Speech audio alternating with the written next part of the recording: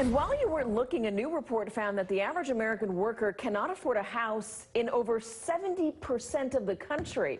This is not an April Fool's joke. ATTOM Data Solutions found that median home prices in the first quarter of 2019 were not affordable for average wage earners in 335 of 473 U.S. counties. That includes Miami-Dade County in Florida, Maricopa County in Arizona, and L.A. County, Orange County, and San Diego County in California. Joining me now is Grant Thornton's chief economist, Diane Swonk. Diane, so good to have you. Am I reading that correctly? 70% of the country can't, 70% of people can't afford a home in this country? Well, that is people can't afford wages. A home in 70% of the country. Right. That's what I meant. Sorry.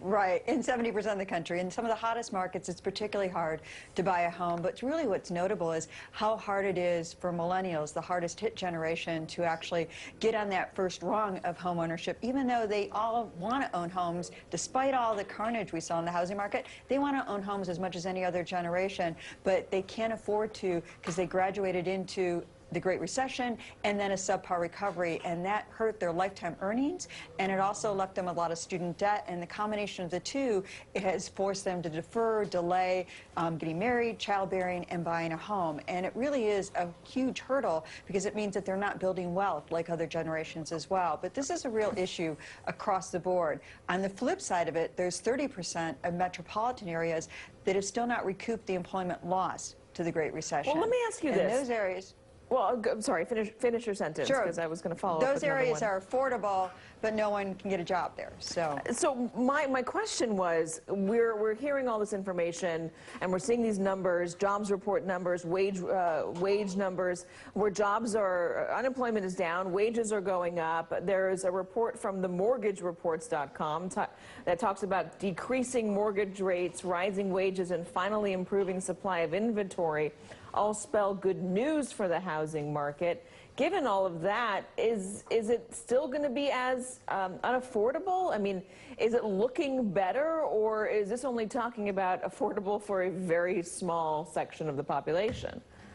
Well, we have seen mortgage applications have picked up, but not among entry-level buyers, among wealthier buyers. So they're doing better and being able to buy and trade up.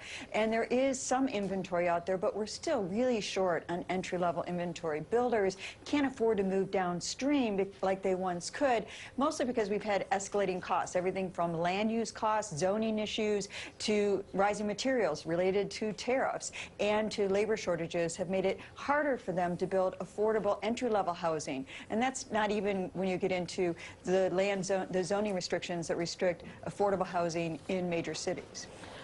In terms of what people can afford, when we're talking about just broadly personal finances, what we learned during the shutdown was there were a lot of people in this country that were living paycheck to paycheck. So 78% live paycheck to paycheck. Only over 1 in 4 don't set aside savings each month. Nearly 3 in 4 say they're in debt. Over half think they always will be. Those are some startling numbers. How does the economy change to start working for the middle class again, the average American, to make it so that those savings accounts can get filled up, to make it so that houses, the American dream, a home, is something that the majority of people in this country can afford?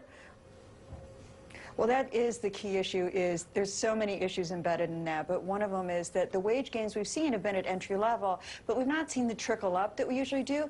Entry level wages have gone up as major retailers like Amazon and Walmart have raised their entry level wages. Costco has as well, but they cut either the number of managers and management pay, which then stop that trickle up into the middle class that we usually see from rising wages at the entry level. So we're still seeing a very uneven distribution, and of course, at the low wage level, even though those wages are accelerating, which is wonderful, there's still not enough clearly to afford a home, let alone make all ends meet. And I think that's what we're struggling with, is what did we do wrong? What we did wrong is we didn't invest in human capital, and we also have a very unequal and unequal educational system. Everything from K through 12, the lack of funding we put into public education, right up into community Yeah. colleges, used to be free, and in the college education system, which we've already seen how unequal that can be. Just consider these numbers as we go. 61% say they've had to make at least one sacrifice in the last 3 years to afford housing, like taking another job, dropping their kids' extracurricular activities,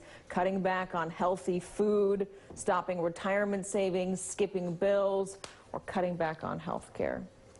Oi, Diane Swank. Diane, thank you so much. We appreciate it. Thank you, Katie. And keeping the